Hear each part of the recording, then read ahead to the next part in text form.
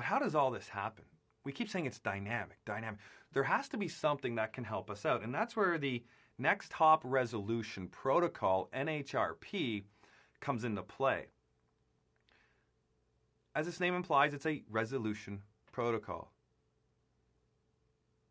Are there any other types of resolution protocols that are out there that we're familiar with? Oh yes, I'm thinking of one right now, and it happens to be ARP, Address Resolution Protocol, for Ethernet. How does ARP work? Well, ARP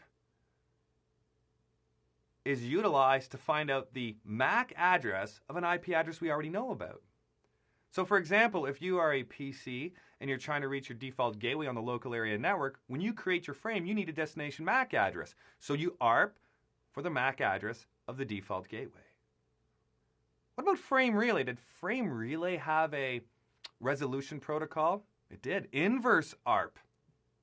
Inverse ARP was utilized to map your local DELC to a remote IP address that was reachable via the PVC associated with that DELC.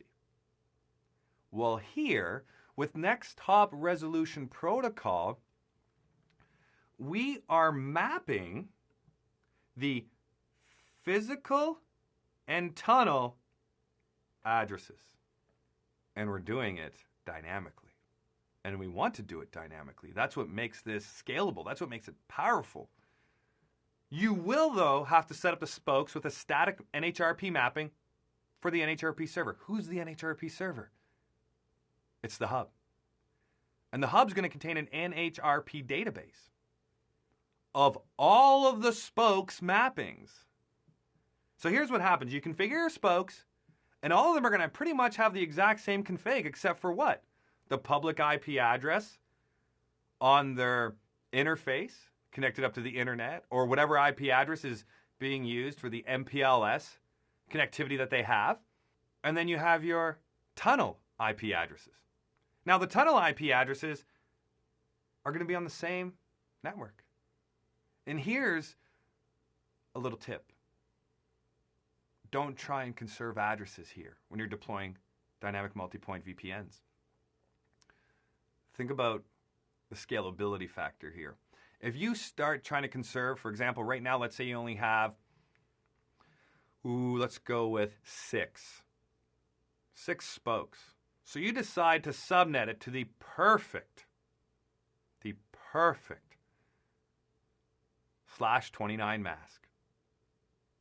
So you have 10.1.1.0/29. Are you going to be able to add any more spokes to your dynamic multi-point VPN now without readdressing? No. No, not at all. Because the first and last address are what? They're reserved. Subnet ID, broadcast address. And you're already using 6, you have no more addresses. Because that /29 only gives you 8 in total.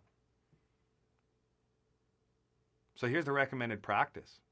Just throw a /24. Or even bigger if you want to. /24 gives you 256 minus 2, so 254 spokes or routers you can connect up into the dynamic multi-point VPN.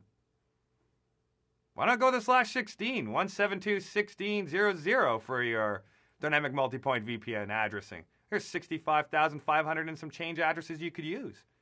Meaning you could deploy up to that many before you are now handcuffed by IP addressing.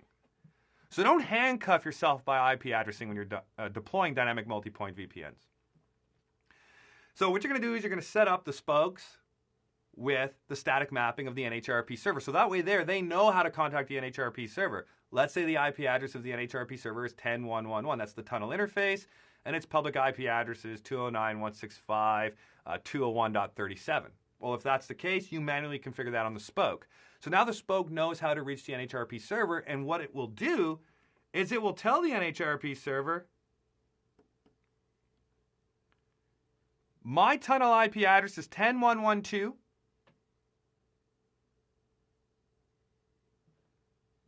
And my public IP address is 209.165.200.228. And as you can see, a mapping is created for that in the NHRP database.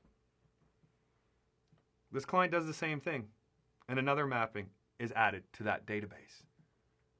Now, why is this database so important? Well, at the start here, through this next top resolution protocol, through the communication methods that are happening, we are creating and establishing our DMVPNs. So we're establishing, we know how to reach the next top resolution protocol server. We know how to reach the hub. We have that basic connectivity now between ourselves and the hub. If we need to communicate with another spoke site, we have to figure out how to get there. And that's where NHRP comes into play now. So let's say we have a network here, 192.168.2.0/24. So that's off of this router right here. We have a PC over here on the far left-hand side. And that PC is connected up to this network right here.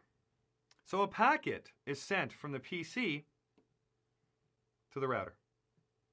And that packet is destined for 192.168.2.10. So the router does a routing table lookup. And the routing table says the best route is 192.168.2.0/24. And it says to reach that, you must use the next top IP address of 10.113, which is reachable via your tunnel interface. So what happens now?